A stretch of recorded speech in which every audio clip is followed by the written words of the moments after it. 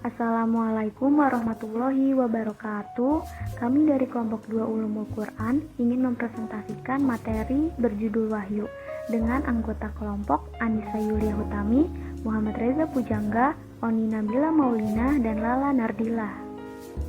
Anggota Yang pertama ada pengertian wahyu.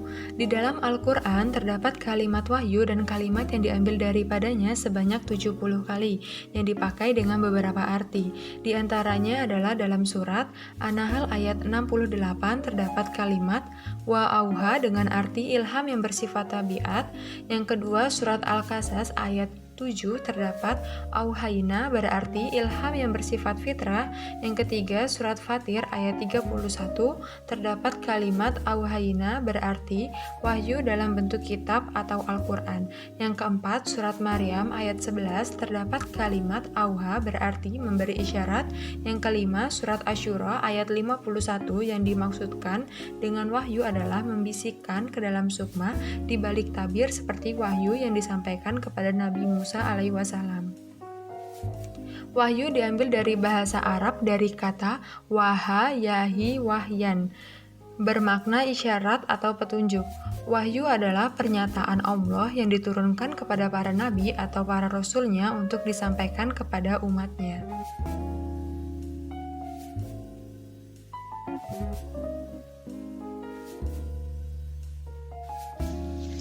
Lalu yang selanjutnya yaitu penyampaian wahyu kepada para nabi. Yang pertama yaitu melalui mimpi yang benar. Wahyu dengan cara ini langsung disampaikan kepada nabi dan rasulnya tanpa perantara malaikat. Contohnya yaitu seperti mimpi Nabi Ibrahim alaihissalam agar menyembelih putranya yaitu Ismail. Lalu yang kedua dari balik tabir. Penyampaian wahyu dengan cara ini kepada nabi dan rasulnya juga sifatnya langsung, tidak melalui perantara malaikat. Penerima wahyu hanya mendengar kalam ilahi, akan tetapi ia tidak dapat melihatnya. Contohnya seperti yang terjadi pada Nabi Musa alaihi salam. Lalu yang ketiga, melalui malaikat Jibril. Menurut Mana Al-Qoton 2004 43-44. Ada dua cara penyampaian wahyu oleh malaikat kepada Rasul. Yang pertama yaitu datang dengan suatu suara seperti suara lonceng, dan yang kedua malaikat menjelma kepada Rasul sebagai seorang laki-laki.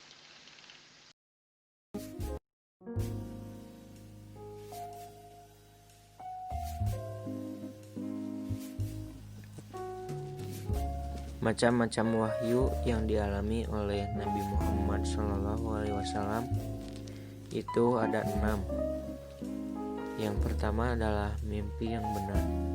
Mimpi yang benar adalah permulaan wahyu yang diterima oleh Nabi. Beliau tidak melihat mimpinya kecuali seperti cuaca terang di waktu pagi.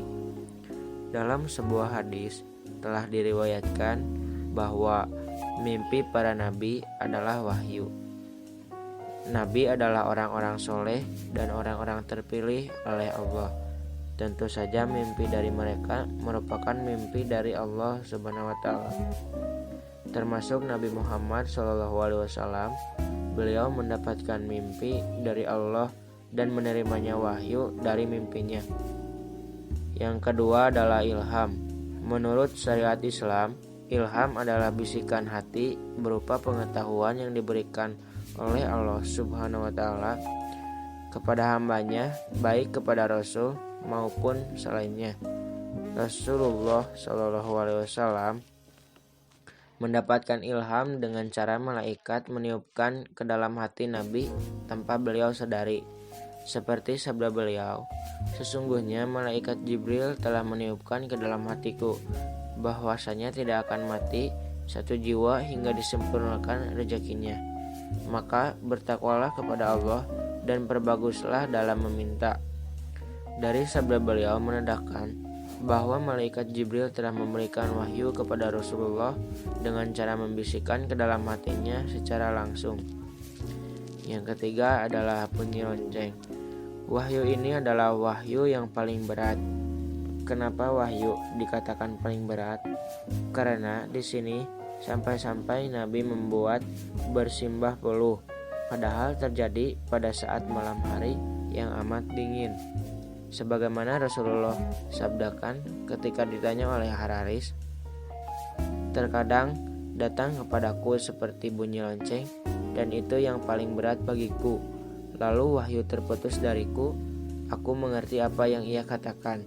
Dan terkadang malaikat itu menjelma menjadi seseorang lelaki, lalu berbicara kepadaku, dan aku mengerti apa yang dia katakan. Yang keempat adalah tanpa perantara.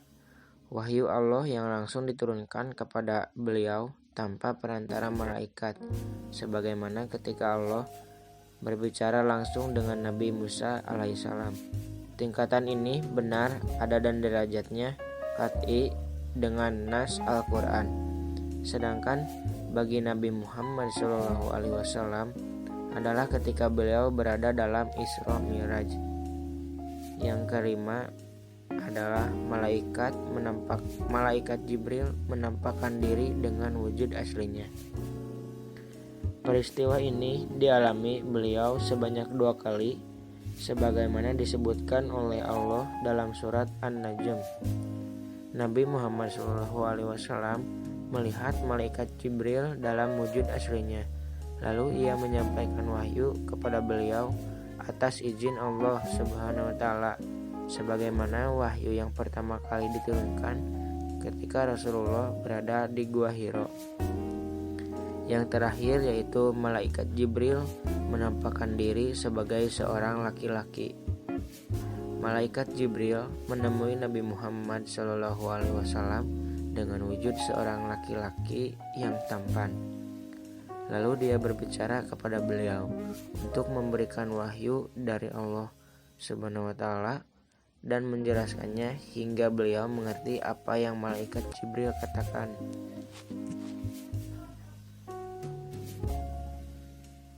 Materi yang terakhir adalah kewahyuan Al-Quran.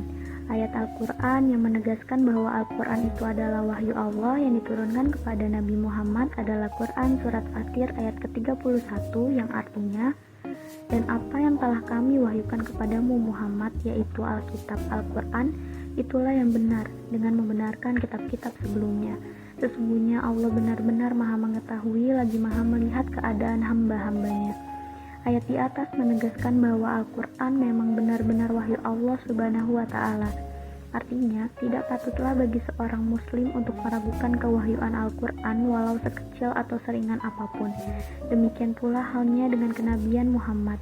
Sebagaimana telah jelasnya bahwa Al-Quran itu adalah wahyu Allah, maka jelas pula lah bahwa Muhammad SAW adalah seorang nabi yang telah dipilih Allah sebagai pembawa risalah di akhir zaman. Bahwa Muhammad